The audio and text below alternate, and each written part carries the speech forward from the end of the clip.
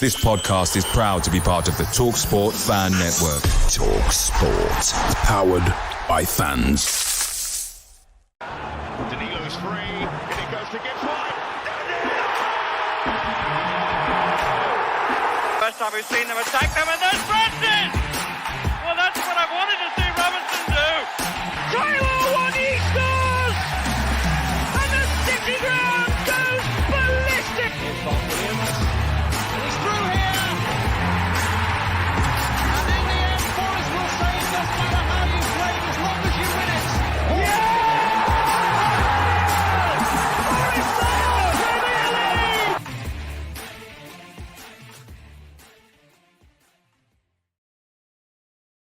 Hello and welcome back to Red Side of the Trent here on the Sunday morning to discuss the 1-1 draw with Crystal Palace. Joining me are Reece Lane and Christian Brown. A late pull-out from Lee Clark-Caesar's leavers this morning. We're with just the three of us, chaps, and the five people that have joined us so far on a Sunday morning to discuss that. We are going to start at the top of the show with our condolences and best wishes to the family of Larry Lloyd, who sadly passed away recently.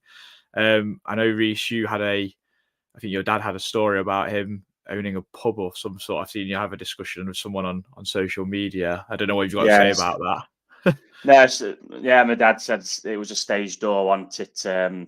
I grew up listening, and I think Lee was the same, listening to Larry Lloyd with Darren Fletcher on Century 106 back in the day. So, yeah, a sad loss, especially with what he contributed to our club and what he won with our club as well. I mean, I put the list of honours on our pod Twitter page, and yeah, they're in his wildest dreams for our generation's fans, what he won. So yeah, very, very, very sad. Yeah. Well, we'll get back to some other sadness, which was the 1-1 draw that we had yesterday. We're going to start with the team, Christian. We'll start with yourself because you and I had... I wasn't in disagreement with you. I was just more in let's get behind the team in a bit more, because you was very negative about it. But that came because Callum Hudson-Odoi, Felipe, Aina came back in for Elanga, Bolly and Toffolo, and the disgruntlement was that Divock Origi being left in the starting lineup, and a lot of people on social media being disgruntled at no Dominguez in the central midfield with either one of Sangare or Yates. But let's talk about the Divock Origi kind of thing first, Christian. It's just a joke, isn't it? Like I said at the time, before the game, obviously I was with Reece beforehand. I was very confident that we could get a result today. Forest get a win. As soon as I saw that team, I was like, we'll be lucky to get a draw.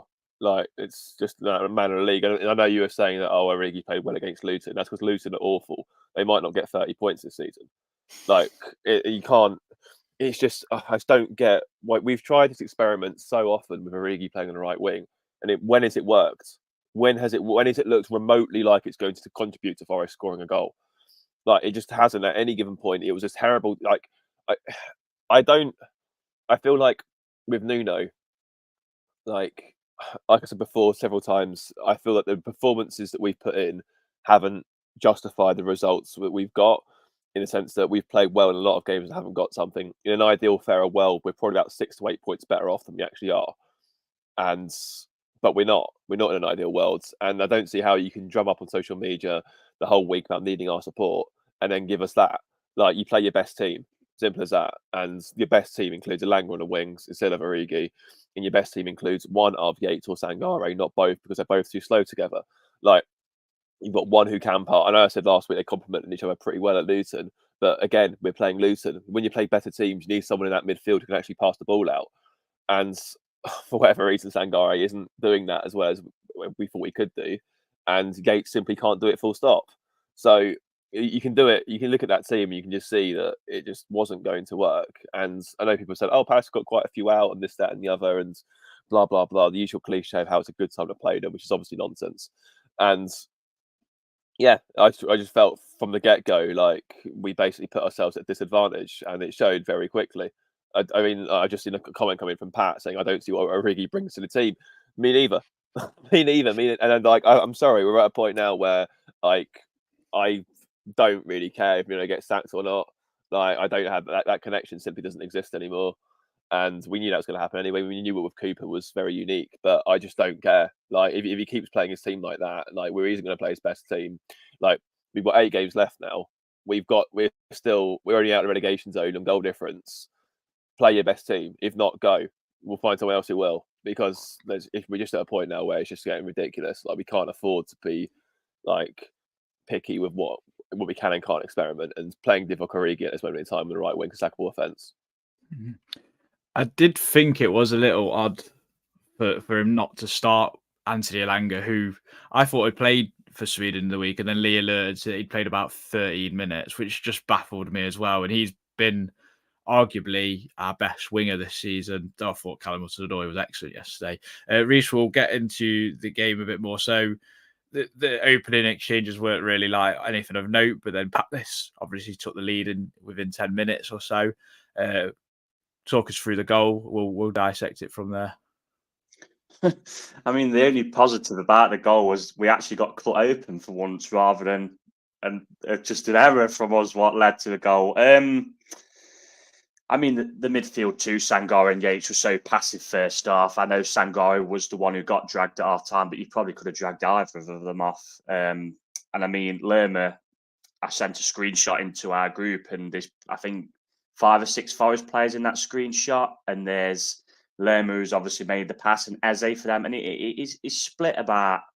It's gone through about 4 players. It's a great pass. I mean, if we were on the flip side, we're saying what a great pass it was, and he got it into the player the only player who I thought really caused us a problem yesterday for Palace, in Eze, and he just laid it off for Mateta, and we contributed to his annual probably 2 goals a season. It was a good finish, to be fair. I mean, there was no chance for Sells, and all of a sudden then the atmosphere just turned. And to be honest, first half, it was quite horrible, I'd have to say, around me. Very toxic. I mean, especially towards Sangare. I mean, God, every time he got the ball, there was people effing and jeffing and this and that. It just didn't help. And to be honest, I mean, the referee allowing them to time waste as well first half. I mean, they must have wasted 5 minutes, and what comes up on the board 2 minutes. It was just a horrible first half for us, really. And it was concerning in the sense that we had the big furore before the game, this video that put out. Obviously, Forza did a brilliant job again with the display, and we started so sluggishly. And then as well, what Palace's game plan was obviously to get ahead, and they pretty much, for quite a lot of the game, wasted time and sat back and was happy to hold on to something, and it gave us a mountain to climb, and it was a mountain to climb too far because we couldn't get the 3 points what we needed, really. I mean, I'm going to dissect the goal because I've watched it this morning back on YouTube to write some notes, late notes. Felipe gets completely dragged out of position by Mateta, and then he doesn't even track him. And that's why Mateta's free in the middle, because Felipe just completely gone wandering. We was too passive first off. I mean, I'm not. No aggression was there at all. There was the chance with Eze, what Sells came out and made a good save, where it got passed from just inside our half, and it split the whole team open. What was it, 30-yard pass along the front? It completely split the whole team up, because it was like the parting of the sea through the middle in the first half, and it just was poor first half. Yeah, I'm sure you're probably about to touch on this anyway, but because you're probably not still not finished the goal.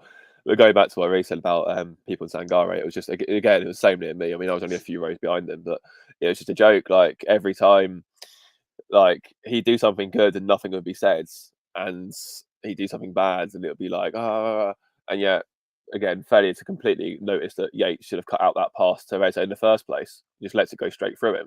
And he's made me think, if that was the other way around, can you imagine? There was another instance in the first half where Yates just got completely chucked aside. I think it was by Eze, actually, just walked through. He was nowhere near him as he made a pass. I just thought, there was nothing said. It was you can't hold one to this standard of being Edgar Davids on steroids from the early 2000s, and then say absolutely nothing about the person next to him who's performing just as bad, if not worse. It's just so tedious of our fan base. I find it quite not upsetting, but sad. Really, it's got to this point that it's kind of like you can't support Yates without supporting Sangare and vice versa. Again, it's the same fan base. It's been the same with so many different players. It was just the first half was just the atmosphere was just so I know the referee contributed, like I said, to allowing them time waste, but the atmosphere was just so, after they went ahead, was so toxic. It was just horrible to be around. And to be honest, from a personal level, you know, it was quite, with the incident what I had to endure last season, some of the stuff what I heard being said, you know, I just thought, yeah, but we'll move on from that. Yeah, it baffles me that like so many people. I mean, I'm not going to tar everyone with the same brush, but it's like they want him to do badly, Oh, which yeah, makes no sense. there's no sense about they definitely do. There's an element of our fan base that want him to fail. I'm It's like convinced of João it now. Carvalho all over Like, again. But We get it's blessed with worse because stuff. like they've seen him come in for like a big fee and just think he immediately has to be this amazing, fantastic player. Like it's like there's no concept of time. And I get we're in a position where we can't really afford to give players too much time because of where we are on the table and etc. etc. But like, you know, you look at Rodri, for example. It took Rodri a whole year at Man City before he started showing what he was capable of. Like, you know, even like Henry, for example, Arsenal, I know very different positions, different players. Didn't score for his first 12, 15 games at Arsenal. Like, you know, you have to be patient with some players. And like, it just makes me laugh because they were patient with Yates for 85 games. For 85 games, he looked like a League One midfielder at best until Cooper came in and he started looking like an actual competent footballer, which thankfully he still maintained to this day, although he wasn't yesterday. And yet they just openly want him to fail after not playing even a quarter of that. It just fries my head so much. Like, I honestly think there are some of our fans who would rather have 11 academy players out there who run and run and run with Forest mid-table in the Championship doing nothing because they can see a team that they're proud of rather than a team that can actually play football. I genuinely believe that. Yeah, it's a bit damning, really. We'll touch on Sangare later, and the player performance was a bit more. Yeah, it does get you down. But I mean, first half was an element of us huffing and puffing and kind of not pulling the trigger when we got into good positions or not finding intended targets when the cutback come. And Dean Henderson didn't really have anything to do in the first half. And you kind of took the words out of my mouth. That self save from Eze was brilliant, to be fair, from him. But we'll get into the second half. So Elanga came on for Sangare, which was Jade. That fries my brain as well. That didn't really, nothing really came of that. And then Gio Reyna come on for Divock Origi. Rightly so, probably should have happened at half time as well. And immediately Forest levelled Christian with a absolute sublime Chris Wood goal. I'm going to say it's sublime because it was his awareness was brilliant. It was a brilliant goal. Yeah, again, it's no surprise that we take Origi off and resemble a team that actually looks like it can attack. But that's another matter for another day, isn't it? But yeah, instantly, you know, Reyna gets involved. And I think, again, you have to sort of praise the ball from Gibbs White as well. Like, the ball from Gibbs White's perfect. It's in such a good area. And it was the only time the Palace defence sort of switched off all game, really, because I actually thought, like, and this is something else, which is, I'm sure we'll come on to with obviously Gibbs White dropping deeper because obviously he had to at one point because otherwise we'd be completely cut open. But Palace defended similar to how we used to defend last season in the Cooper in that sort of box. They were very, very tough to break down. And we as we saw in the first half, we just couldn't get through. We were just passing it back around the sideways, trying to go around the houses, not having the ability from someone in central midfield to sort of just like try and break through because obviously for whatever reason, or Yates, as we know, can't, and Sangare, well, he wasn't coming off for him. Like his best longer passes were going sort of finding the fullbacks from sideways positions. But so eventually we had to be a bit more direct, and we did. It was the only time we caught the defence flat-footed. It was such a good ball from Gibbs White, but the finish from Woods, oh my goodness me! Like I'm telling you, if that's Darwin Núñez, if that's Erling Haaland, if file that into that category of if it's a Sky 6 player, then Sky themselves don't shut up about it for years. Because how has he done that? He's got his back to goal. He like the cushion touch from Woods is perfection. Like it's absolutely brilliant. Like to get that sort of level of contact on it and that desired outcome is just ridiculous level of quality. And you know, fair play to Woody. Like that was sensational finish. And it's weird because one of my mates is a Palace fan. He messaged me saying keep Henderson up there if you want because after the goal I was like, what can he do about that? Come on, like. It's not his fault the team hasn't dropped back with him, and he's just sort of been caught in no man's land, really. But it was, absolutely a deft finish of pure quality from Chris Woods, and fair play to the bloke. Reece? I think that's why it was one-two with Henderson. He decided to make a couple of steps to come out, probably realised he wasn't going to get there, then decided to go back, and that allowed, obviously, that gave Wood that little bit of maybe a yard off his line to get it over him. I think from a goalkeeper perspective, it didn't look the best. He pretty much got lobbed on his line, didn't he? So I think I can see the Palace fans' point, but yeah, I mean, they've got that understanding, Anthony Wood and Gibbs White. Gibbs White seems to put it into that area, and Wood's there, and it's, you know, he is one player who has, under Nuno, to be fair, been really good compared to under Steve. I mean, he's 7 and 8 now, and he's got double figures in the Premier League, which actually, I was looking at the top scorers list yesterday, ties him with the aforementioned Darwin Núñez, who's been waxed lyrical about all season. So, yeah, very good. Nice to have someone in double figures again.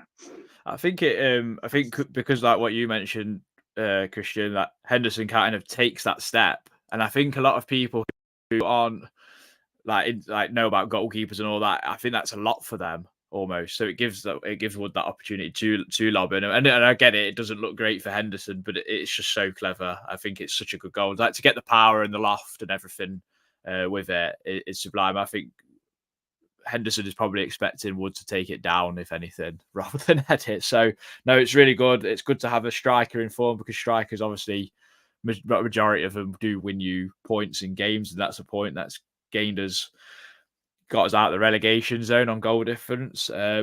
Would you both say it was a fair result on reflection? Because Sells had to make another save from Eze late on as well, and Palace hit the post, but we had a lot of possession in and around their box without really doing too much. I know Hudson-Odoi had an effort well saved by Henderson. Could have probably put it more in the corner, but it is what it is. Reece, I'll start with yourself. Fair result? If I was a Palace fan, I'd be disappointed personally. If you look back at the chances, you know, they've had 2 1-on-1s pretty much. They've hit the post. They've obviously scored. We've had the goal. That's, you know, and Anderson made a pretty simple save, didn't he, from Hudson-Odoi where he cut in. We've not really tested Henderson much. Well, aside from that, not really tested him at all, have we? So probably on the basis of the game, because I thought we were the better side second half. Maybe towards a fair result. But if I was a Palace fan, I'd be a little bit disappointed. But with their style of play at times as well, where they just wasted time and that, then I kind of go towards, well, you deserve nothing more than the point. So, yeah, I don't think personally nobody can argue and say we deserve to win. That's for sure. Yeah, Christian? Yeah, I think the point was fair. I mean, as well, I know Palace had the better chances in the game, especially from Eze, but I did feel the balance of play, a draw was definitely fair.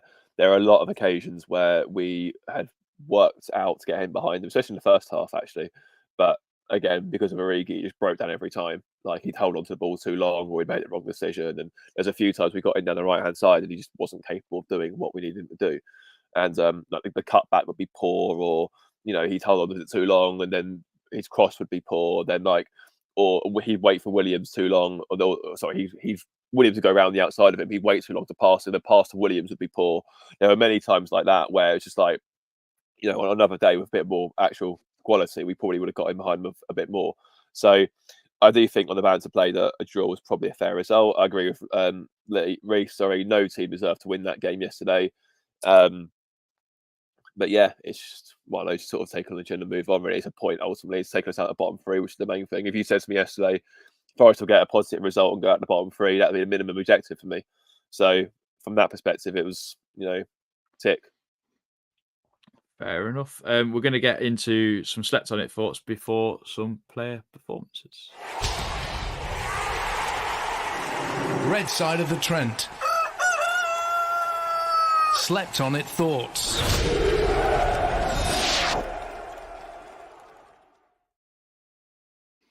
Alex Oates, can't keep relying on scrappy draws. They're okay, but not going to keep us up.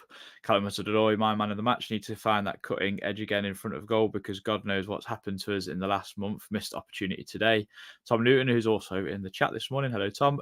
Very sluggish and passive performance in the first half. Felipe and Sangari were poor, in my opinion. Palace could have been out of sight if it wasn't for Sells. Huge opportunity missed. A lot of emphasis on Tuesday. Now we're out of the relegation zone, but it could have daylight between us and Luton. Danny Tring, the difference between lose and draw was the key for Sells, kept us in it. and the Hendo got lobbed on his line to gift as the draw could have dragged 5 players at half time. And it's not the first time this season, not one since Yates came into the midfield. I agree with the dragging of 5 players. Reese's Emma. Callum Hudson-Odoi was fantastic, ran himself into the ground, always make it difficult, so we're chasing the game. A strange team once again, different team selection, and we win, but a point is a point. Forest fan family, it's a season of woulda, shoulda, coulda. Yesterday was a moment we should have turned it around and didn't. We are going down with Nuno in charge. That team selection was from a man who doesn't care. Put Stephen Reid in charge if necessary. We are going if nothing changes. I mean, you can't really fault Stephen Reid's enthusiasm for our side after he told Paul Turney what we all think of him. Sangare Yates does not work. Awful first half improvements. First half improvement, second half, but final ball is shocking. That was from Martin Fretwell. Premier Elliott today was the case of if you can't win the game, don't lose it. I'm really trusting Sells in goal these days, and he had his best performance so far.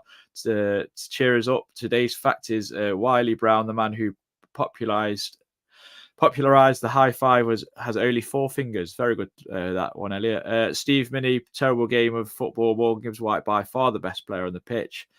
Game was there for the taking, lacking that cutting edge. BCP, we sold Johnson to buy Elanga, didn't we?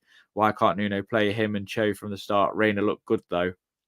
Last of all, no means least because we've got quite a few, is another friend of the pod, Reese Coy. Fair point given the chances Crystal Palace had. Sangare poor and wrong selection, not playing Elanga. Much better second half. Callum Hudson-Odoi Sells, arguably man of the match. Great saves to boost his save percentage for the stat merchants across the pond. Better Luton's results each week, and we stay up. 8 cup finals to go. Quite a few interesting points in the chat as well. I mean, AJ saying about the treatment of Sangare was quite poor. We've learned nothing from the grabbing experience. Jonathan saying Sangare is a donkey now because he's such a waste of money. So many different polarizing opinions from everyone. But no, thank you very much for everyone that got their slept on it thoughts. Reece, I'm going to start with yourself for player performances. Chris Wood, who I thought was poor first half, but second half much better. Well, a striker is only as good as the service, aren't they? Unfortunately, but I mean, I know I was critical of Wood under Coop because I didn't think he put the desired effort in at times, to be honest. But under Nuno, especially his goal outlay, you can't fault him. 7 and 8. You know, I think the best strikers in the league, Erling Haaland's, if they scored 7 and 8, they'd be pretty happy. So, yeah, I mean, I think most people at the start of the season would have said Tyro's the number 1 man. Obviously, he's injured, so Wood's come in, and even if Tyro was fit at the minute, you'd probably say with his goal outlay, probably keep his shirt, wouldn't he? So, yeah, I mean, we touched on the goal. Nothing really more needs to be said on that. And end of the day, if he just, if he sticks the ball in the back of the net and is in the right place at the right time, that's what all you need personally from a striker for me. This is where Christian said they like playing your best team because, the one that Elanga put on a plate for him at Newcastle, for example, they're the type of goals what I'm expecting Chris Wood to score. Just being in the box like Lewis Grabban used to be, just, on the end of it. And when you're playing a striker out wide and having your best winger on the bench in terms of stats this season, I just find that baffling personally. And, everything pretty much came down the left side until that change was made. So that's got to be the team. Wood up top, Elanga right, Hudson-Odoi left, and I'll speak about the central mids in a minute. Yeah, well, I've got a question on it anyway. So I know, and it's for everyone, obviously. So, but yeah, I think if Wood, I mean, I know we're playing Spurs and City in the last 8 games, but if Wood can score 6 and 8 or even 7 and 8 again, I mean, you put us on good money to potentially stay up, really, with that kind of form when you've got a striker doing that well, I'd say. I mean, so what, we've got 8 games left. So if he was to get 15 goals, so 5 and 8, that'd be a brilliant season. Let's be honest. I mean, for a team who are in a relegation battle, to have a striker who scored, 10 to 15 goals is pretty decent. It was a reason why we signed Emmanuel Dennis, because I believe he got a dozen when Watford went down. So yeah, we'll have to see. But we haven't really got any other option up top at the minute, have we? Because as we've just said, he keeps playing Origi wide. And I said at the time, I wasn't sure why we brought the young lad from Sporting in, because he just not even got any experience with Sporting in Portugal. So to throw him into a Premier League relegation battle, it's like child abuse, really. Blimey. Christian, I'm going to give you Callum Hudson-Odoi, who has been mentioned in a lot of people's man of the match kind of performances. What did you make of him? I thought him in the battle between him and Daniel Munoz down that our left-hand side, their right-hand side, was pretty good to watch if he was a neutral. Hudson-Odoi was fantastic yesterday, and again, a perfect reminder as to why Nuno was ludicrous beyond worse to even consider dropping him for Origi, which he did on several games before today. It just makes no sense. He was our best player by a mile. And again, we had this discussion before, Reece. Obviously, we talked about Dennis in the pub before the game and said, would he come back and would he be valued? And I said that the only issue with Dennis is that his defensive capabilities aren't quite at the level. If you look at what Hudson-Odoi and Elanga do, they do constantly track back, and whether they make mistakes or not in the defensive third, it's irrelevant. The fact is they're a body to be there to try and stop an attack, whereas Dennis would sort of just float and do what he wanted, really. But I guess it was epitomised by Hudson-Odoi in the last minute of the game, where he was completely shattered. He lost the ball and he sprinted back 60, 70 yards to win the ball back and won a throw-in, and ended up going into the ad hoardings at a process. And I was like, that was desire right there. That was, seeing it out for the cause for your team. It was tremendous application. And obviously I know we say that hard work should be a necessity for Premier League footballer, but when you've got a player as good as Hudson-Odoi is, he just always wants to get on the front foot. He always wants to dart forward. He's always forcing defenders back. He just wants to get into the box, because if they make a mistake, if they make a loose rash challenge, he'll get a penalty, and they know that, and he knows that too. And he's just so excited to watch. He's just darting forwards, and I just think he's a really, really good player. A lot of the fans, start of the season, who are again more than happy to write him off for whatever reason, and they did for many periods of time. It only costs 3 million as opposed to 30, but we've got a good one there, and I think that if we do stay up, it'd be so exciting to see him get another season, because he's really, really, really good to watch, and he's a sort of player that sort of front three. Gibbs White, Elanga, and Hudson-Odoi. These are people you pay to watch football. This is what you go to. You want to see players of that ability play, and we're lucky to have several of those in our team, but especially him. Yeah, I think commentary mentioned that it's the most games he's appeared in the Premier League. So I think that's kind of like a psychological boost for him as well, that he's got over that benchmark as well. He's stayed reasonably fit this season, because obviously he's had his woes, and he has been in and out here and there, but most of the season he's been pretty fit and firing. And I thought yesterday, you mentioned him tracking. It was quite funny that him and Munoz actually ended up in the right back position rather than the left back position. So that kind of summed his hard work up. But I did want to ask you both about Morgan Gibbs-White and whether, and I just wrote this on Twitter. It's just a statement. Just Morgan Gibbs-White is a central midfielder.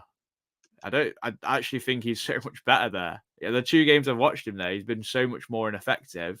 And my question is, would you play him next to either Yates, Sangare, or Dominguez, or what? Or what? What would you do? Because I thought Reina actually looked half decent in the 10, and Gibbs-White behind him. Personally, could you start with yourself? I'd lean towards no personally, and that's he looked. And this is taking nothing away from him. He looked kind of good second half, because he was allowed the freedom, because Palace sat back, and the only really thing they was willing to do was counter. Now, if you got a team who's going to bring it, where Fulham midweek, where they'll have Palhinha in there, for example, who's top quality centre mid, would they kind of get overrun and lose that physical battle? I'm not sure. So, Dominguez needs to be in there. It was kind of criminal. He didn't get any minutes yesterday. I'm not sure what he's kind of done wrong as well. It just seems strange that players are being dropped for players who are not showing enough. I just don't get it personally. Dominguez would be back in there for me. on Tuesday night. The problem is, I mean, if we was in the position, say what Palace are, I wouldn't mind trying it, but we can't keep experimenting with teams because say if we play Gibbs White centre mid on Tuesday and it doesn't work and we're behind again at half time, everyone's going to blow the lid. Oh, he shouldn't be in that position. Play him in his best position at number 10. So, just play the players in the best position for me and just keep it simple, which is, Wood up top at the minute, Hudson-Odoi, Elanga, Gibbs White. And then your centre mids, I mean, that's up for debate after yesterday again. I mean, it's, I was saying to my mates, we're 30 games into the season now, we still don't know his best team. There's still debates all over the pitch. I think the only thing fans would agree on is we know his best goalkeeper, we know his best front four. And at the minute, you'd probably say Nico Williams is your right back and Murillo. The other centre half, we're not sure about. The left back, we're not sure about. And then the two centre mids, we're not sure about. And this is a lot of the spine of the team. So not for I'd keep Gibbs White as a 10. And I think yesterday the reason why I was struggling and we didn't see much of the ball first off is because both centre midfielders were poor and we couldn't really get it out. Yeah, I mean, I'm not sure what Christian thinks. Yeah, I mean, just before you come in, Christian, there was a point where I did think we knew what our best side was, and then someone would either get injured or something would happen, and then we'd lose a game. You see it on social media, don't you? You see it on social media. People put teams out. This is his best team. This is that. I mean, it changes every week. Let's be honest. It doesn't. I mean, I would have had Andy O personally in yesterday over Felipe. I think Felipe's done personally. I think with him retiring at the end of the season, Felipe, it's kind of like, yeah. He kind of knows. Yeah, he kind of knows that he's coming to the end. So, but he's obviously an experienced player. And to be fair, he was okay yesterday. Yeah, Christian, thoughts? I feel that if we were to sell Gibbs White, let's say he went to Arsenal, for example, who have been linked with him, I think they probably would pigeon him in that centre midfield role. But I don't think it necessarily works for us for what we need because obviously Arsenal are going to have the ball 78% of the time. Yeah, they're a progressive side, aren't they? Exactly. So whereas we aren't. And we noticed it yesterday actually quite a bit when Palace did come through. They were cutting through us a lot easier in the second half than they were in the first because there just wasn't that solidity there. And that's why, again, I found it very bizarre that one of Dominguez or Danilo wasn't brought on. And it was just, again... Was that not an element of us trying to get back in the game, though, and try and find a winner eventually? Back in anyway. Like, it's very easy. Like, Palace, I was saying this on my way home to Dad's, like, Palace were one of the very few teams that Forest will play against this season that actually sit in. Because most teams will see Forest as like, right, we'll go at them and win. And it relies on us to be a counter-attacking team and to try and put the emphasis back that way. Whereas Palace, they just went, no, give them the ball. And they sat in and their back three became a back five. It even became a back seven at times yesterday. So, at that point, if you've got that much of the ball, it makes no sense to have more defensive players on the pitch because you've got to try and pick the lock. So, in that instance, when you've got a team who's just more than happy to put five across the back, then yes, you do need Gibbs White in midfield because you can afford to put someone like Reina up there. And that shows some of the options that we do have. And, like I said earlier, Reina was good yesterday. Like I say, it was a very good cameo. Obviously, he's full of confidence of what happened in the international break. And at a time when the rest of the team were feeling sorry for themselves, he sort of came on and sort of just played his natural game, which was great. But as for Gibbs White playing a midfielder, no, not for me either. Just because I don't think as a club, we can't do it. A better team, yes, maybe. Like, I think if he went with England, for example, yeah, probably. But for Forest and what Forest need, he has to stay in that number 10 role because that's where his role is. He can always come back if he needs to make a midfield free rather than just being cut adrift and having one defensive midfielder next to him try and bail him out every time. He won't have Declan Rice next to him.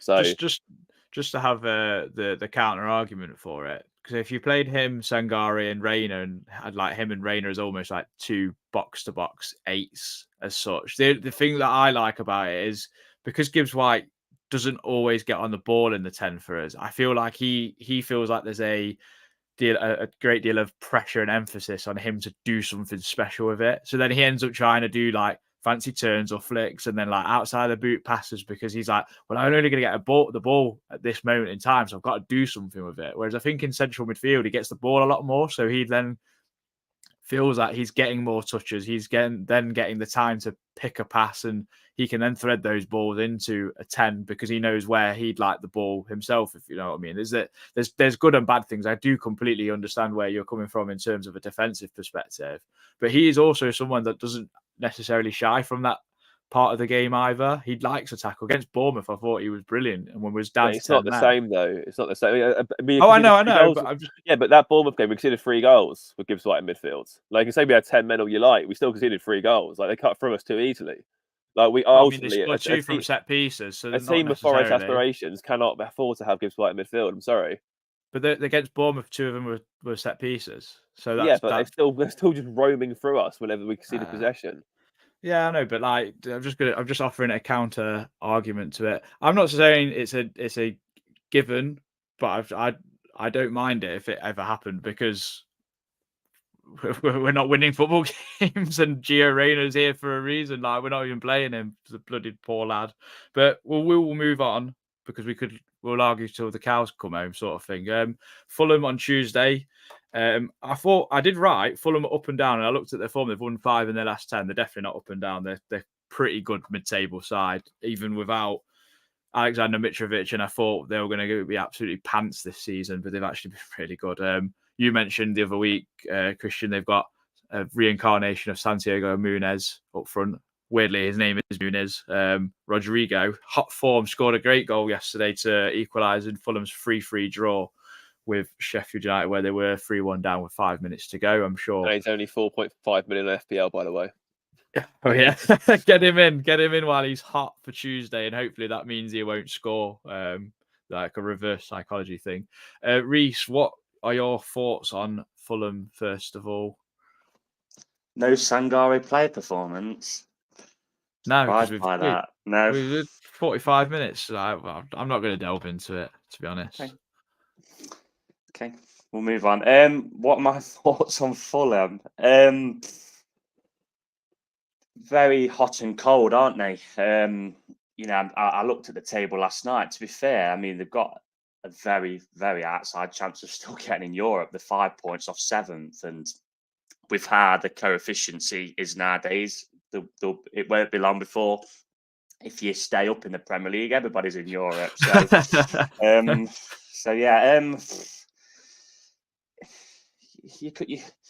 I mean, we said at the start of the season we expected Fulham to be towards the bottom because they lost Mitrovic, which was probably, with Paolini, their best player. So for them to be where they are, I mean, that's credit to them and credit to Marco Silva's done another good job again for them.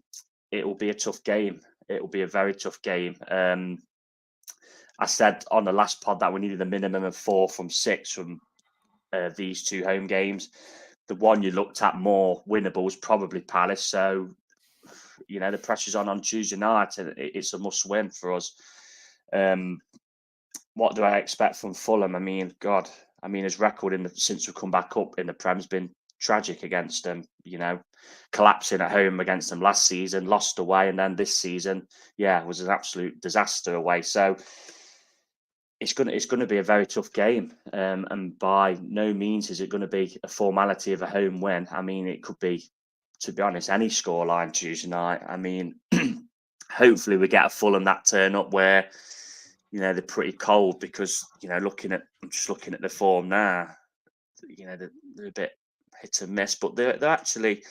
They've won 5 in their last 10, as I mentioned. So they're not that hit and miss. Which shouldn't too bad. But I mean, I'm just looking like for teams around us, for instance, in them 10, they drew against Everton at home, they drew against Burnley away, they drew against Sheffield United away yesterday. So the teams around us have beat none of them really. Just they seem to beat the likes of Manchester United and Tottenham and Brighton. I'm looking in this run. So who knows what you're going to get on Tuesday night. But we've got to obviously concentrate on our own game. That starts with the manager playing his best team, and we've got to play his 2 best wingers, which is Elanga and Hudson-Odoi. I just generally don't know what to expect.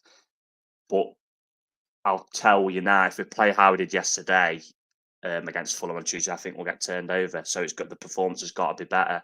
Yeah, I agree. And that starts, like I said, with the selection. Yeah, to be honest. I agree. Christian, early thoughts for Fulham? I completely agree with Reece. I think that if selection's poor again, I'm not going to bother watching because we'll get battered. Like, I love to say it jokingly, I will watch, but that is basically what's going to come down to. I saw it's interesting on the way back, sort of like I heard at the the commentary for the games that are on.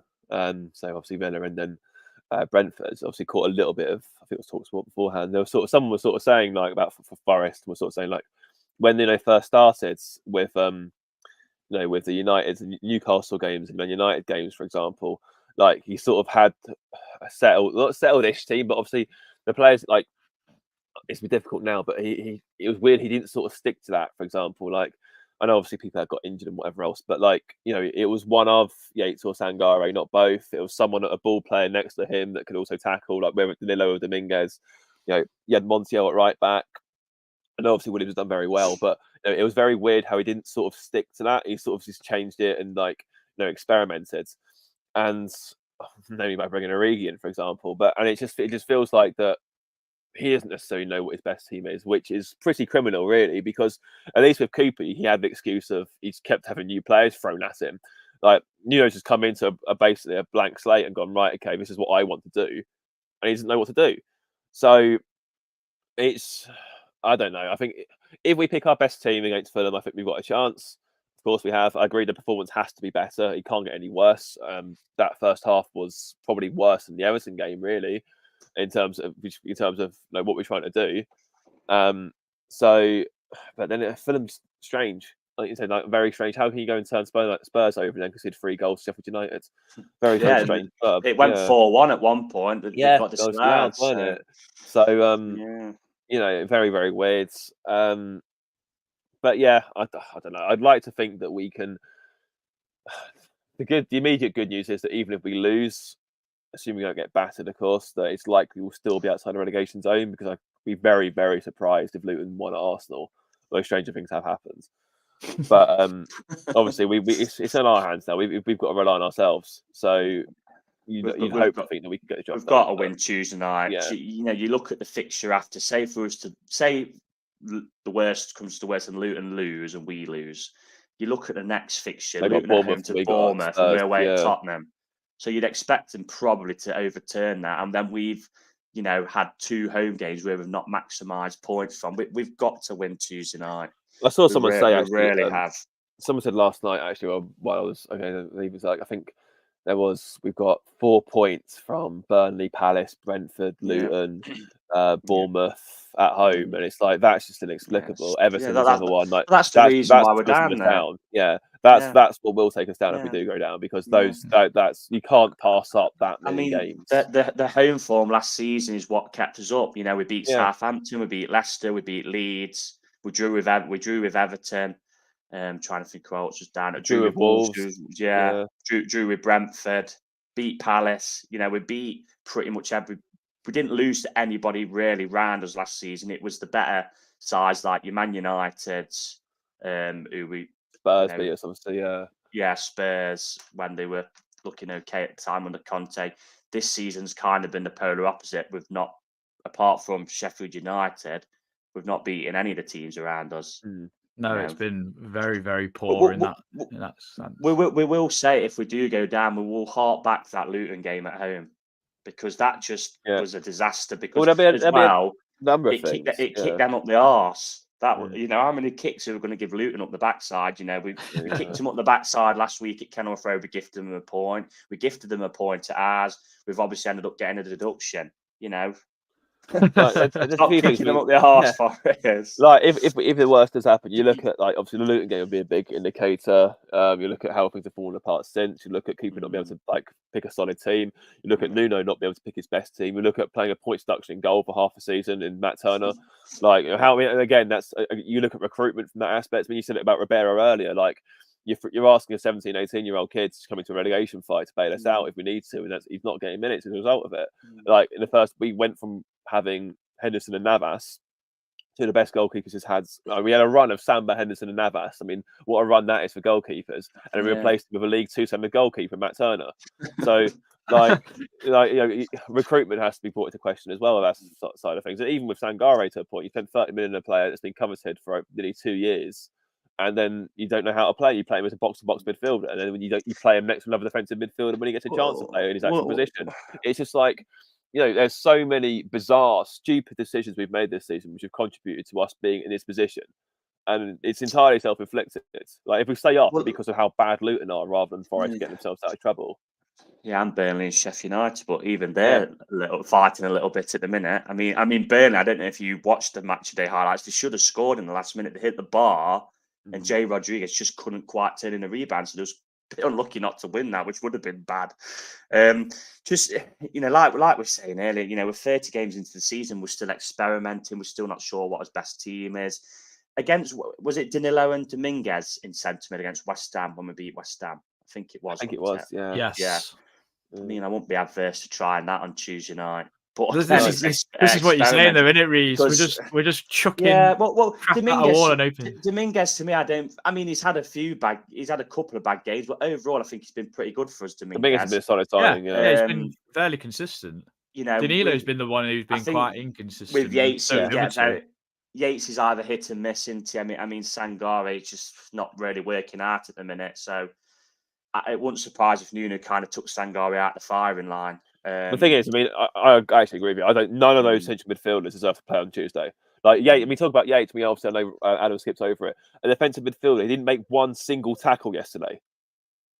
So that's appalling. Like absolutely appalling. And we say about but this, that, and the other. Both of them should come out the firing line. Because if you're going to say you're going to sub Sangare off at half time, fine. But statistically, he was significantly better than Yates, who played the whole game and didn't do anything, and has actually partially at fault for the goal. So get them both out. I agree. Go over Danilo and Dominguez. Get a bit of bite and some Harry in that midfield. If you're playing like two centre mids in this league, they've got to complement each other well. Like I look back to the Championship days where. Yates and Garner was in there. Garner had all the energy, and Yates would be the one who, would hassle, mop up, scrap, etc. And Garner would be the one, bit more silky, play, pass, do this, do that, give you energy. And yesterday, it was far too slow in that centre mid. I think it was Steve Hodge on Radio Nottingham after the game who said they were just, passive. Going back to Sangare, like I say, it wouldn't surprise if we took him out the firing line completely and he didn't play again for us this season. And that's absolutely mental as well. I know, but just to say it.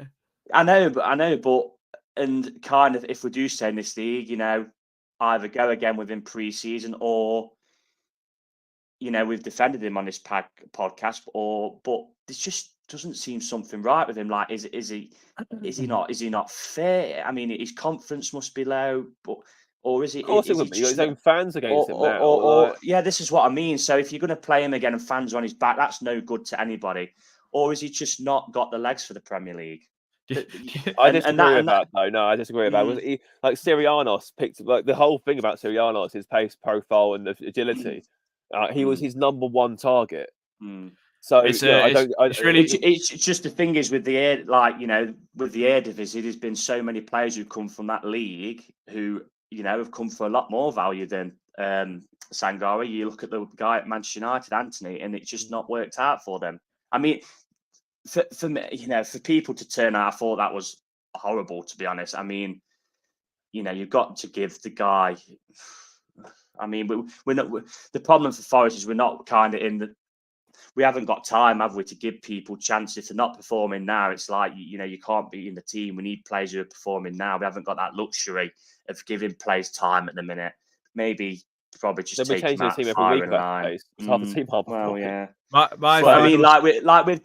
With Dominguez, you're going to get that, all-round midfielder who gives you 100% energy. You know what I mean? Who gives you that bit of bite. Will get on the end of chances on the edge of the box, for example. So. I'm going back to my point again. We're 8 games out from the end of the season. We're still scrambling ideas, and I bet the fans in the comments are the same. We're still scrambling ideas. We don't know what his best team is at all, and that's my final say on Sangare is if we don't play him for the rest of the season and go down, then it's been an utter car crash because we've got a points deduction for buying a player that hasn't fit into our midfield. Whereas we may as well have just kept Brennan Johnson and would have probably been better off. No, the points deduction won for Sangare because it was last season's accounts, wasn't it? No, we basically sold we sold Brennan Johnson after the window, at the end of the window, because we thought we could put it back. That is the reason why we sold him. To be honest, if it was the case of, oh no, you've broken FFP now, even if you sell Johnson now, it doesn't matter. We probably would have kept him. It's just that Forest thought we could put him back onto last season's accounts because that bid had come in before the end of June. Yeah, I mean, well, annoyingly, then, if you want to say that, we could have not signed Sangare and signed someone cheaper, and Adam Wharton, who I watched for Palace yesterday, who was he was a very competent midfielder for Palace. So, the thing is, let's be honest. Social media was raving when we were signing Sangare. Oh yeah, we had people in 99% of people when I was reading on Twitter when we signed it was buzzing to sign Sangare. Let's be honest. Well, there's people in PSG friendly going, "Come to Forest," weren't there? There was people probably be denied it now, but and there was PSV fans who were speaking to me, my friends at that friend, are saying, "Yeah, there's no chance you'll get him." This is a team who are top of the Eredivisie, and people can say, "Yeah, it's a pub league, etc." But they also got into the last 16 of the Champions League. So they must have something about them, you know what I mean? So, but yeah, I mean, if it was to go down, and yeah, I mean, it got to the point yesterday where it wouldn't surprise me, and I'm being really OTT here, but it wouldn't surprise me, like I said, if he didn't play again this season, didn't probably play for Forest again. It got that bad, and he probably just goes back to PSV, and we recoup most of the money or somewhere else in Europe, because it's very similar to like the Remo Freuler situation last season as well. They've come from progressive sides and they're being chucked into a team who are obviously on the back foot most of the time, and it's just not working out, is it, at the minute? I mean, look at Freuler now. Well, we'll say today is Sangare will be playing Champions League football next season with Bologna. I bet Dominguez is gutted. Probably, yeah. But when you look at Sangare's example, Toulouse were exactly similar to what we were. They were lower half league sides. When that was when he was younger. They wanted. Yeah, no, but saying that regardless of becoming a professional side or not, like the fact is that he's being very capable of showing he can do that role.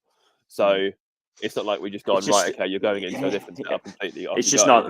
Them leagues just start the Premier League though, isn't it? We know how unforgiving the Premier League is. I just want it to work out so much for him because we've spent a club record fee on him, and you just want it to work out so much for him. And at the minute, it's just not. And yesterday was just with the fan reaction and that as well. It was just a disaster, wasn't it? Really, let's be honest.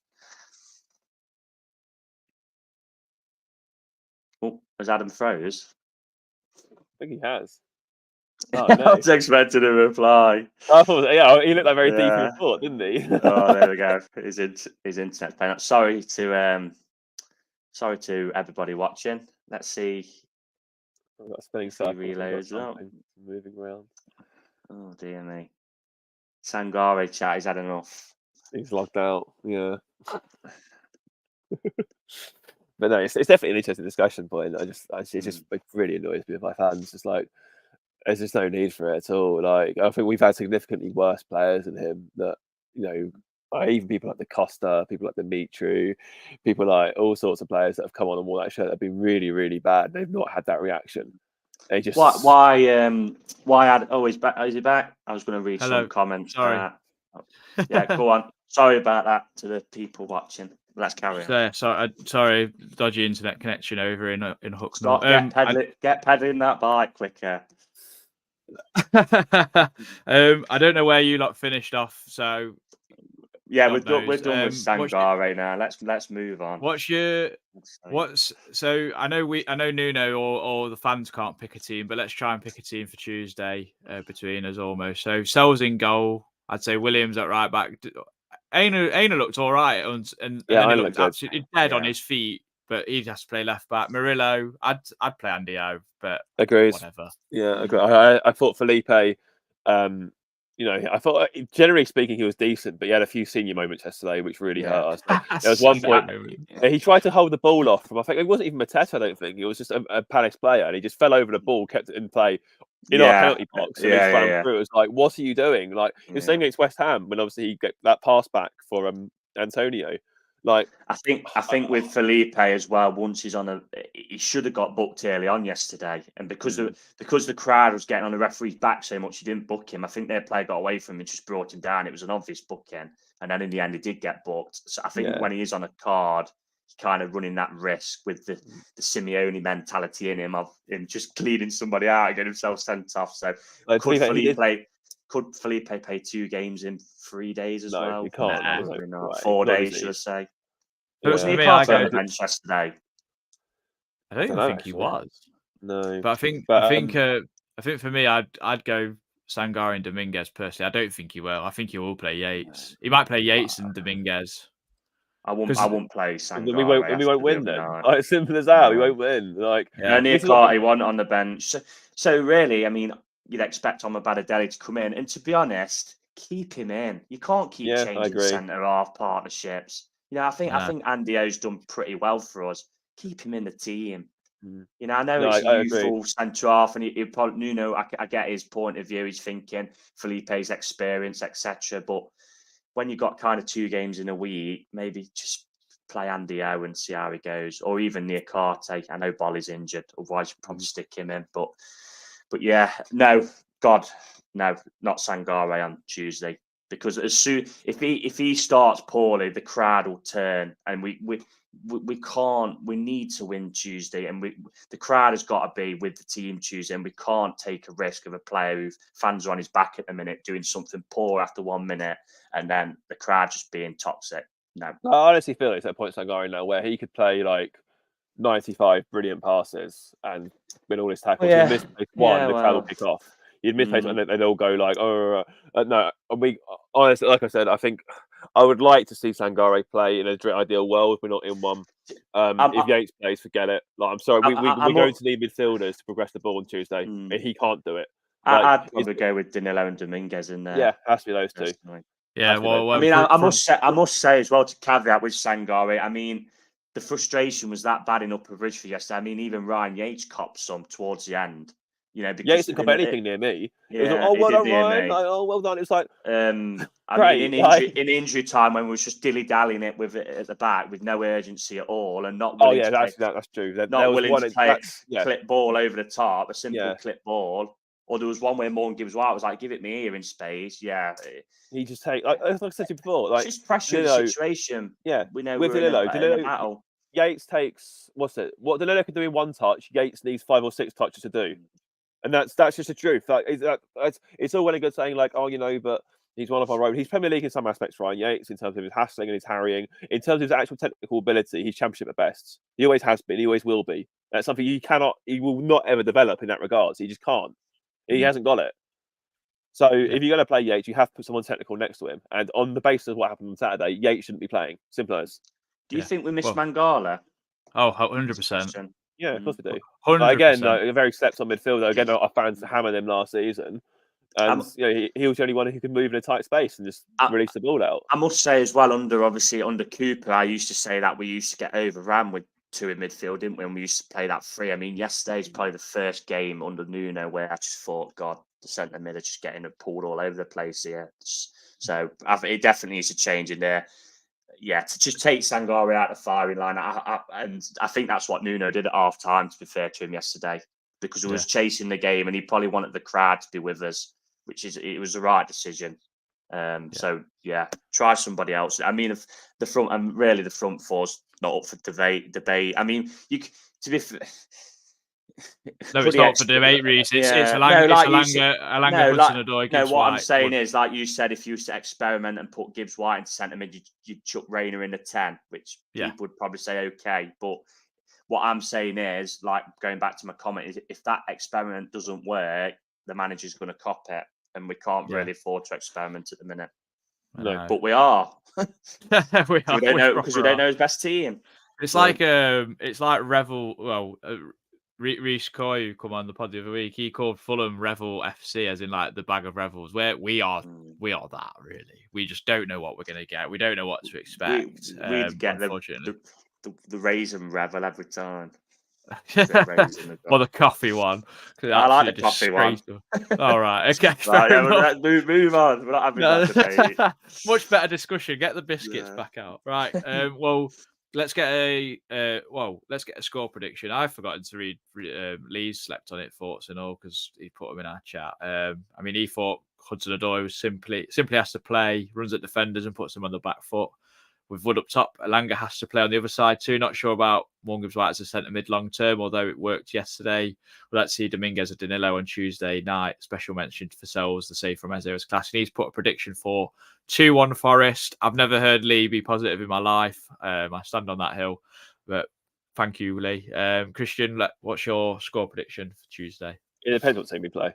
Honestly, if we I don't mean this against but in my opinion, against a technical team like Fulham, playing Yates would be suicide, personally, because we're going to need people to keep hold of the ball and actually look after it. You can't, it isn't going to be a blood and thunder game where Yates is perfect for, where he can get stuck in and we play to his qualities. There's no point playing him on Tuesday, and it'll be the same for Origi because again, I hate praising Jurgen Klopp, but how Jurgen Klopp got Divock Origi into competent forward is mind blowing.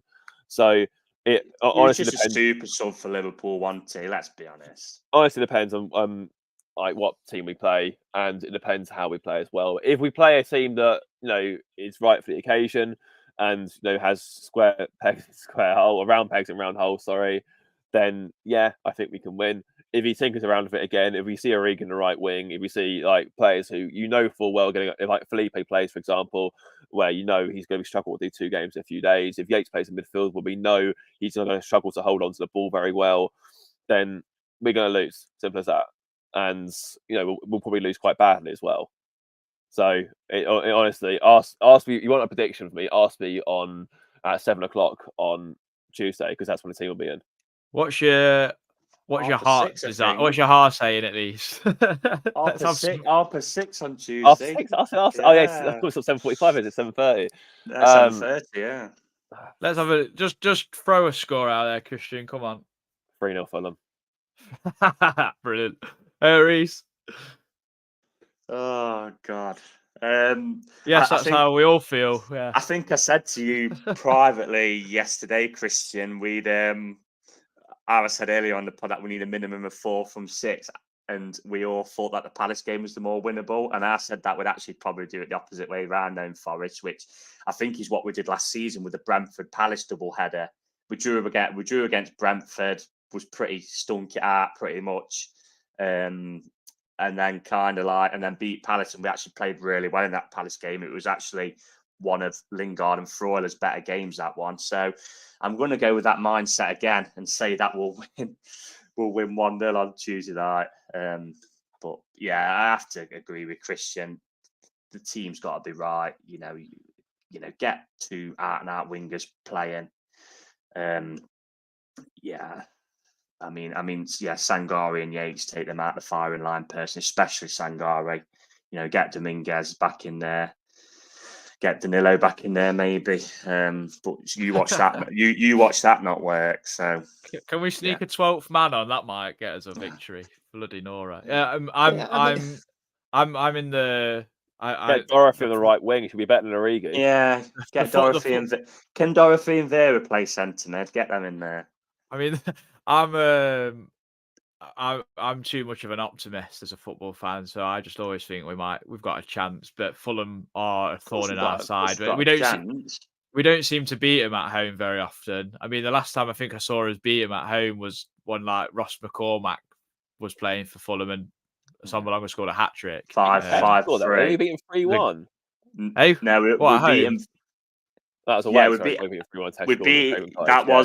think we did beat him at home under. It would have been Dougie Freeman, where I think O'Grady might have scored past him. But yeah, the game you're on about, Adam, is we beat him 5-3. Yeah, I was there. 3-1 down. Yeah, and Antonio scored that wildy volley. Great where, game. Come to him on the floor and passed it in on the floor, I think, and then Sombalonga scored a hat trick. And I think Felix scored a goal where Antonio scored a goal where it come over his shoulder. No, come over his shoulder. He took it down and Whatever. Yeah. That's we're reminiscing about. That's good what we players here. need. 3-1 down, win 5-3. We'll take that. Yeah, no. Oh, I don't trust us to keep a clean sheet. And Fulham have always been a thorn in our side, but I'm the optimist inside me thinks we'll somehow win 2-1, and Chris Wood will score in some capacity because he's the only one who seems to be able to do anything for us in front of goal. It seems so. We'll be optimistic. Go 2-1. And that will be the end of that. Thank you very much for joining us. Everyone arguing in the comments about Yates, great. You'll be there for usual. You'll be there for a while. Yeah, he's like Marmite. You either love him or you hate him or whatever. But it is what it is. We'll see you back after the Tuesday game for a Fulham review and then a Spurs preview of sorts. Take care. Enjoy the rest of your Sundays. Come on, you Reds.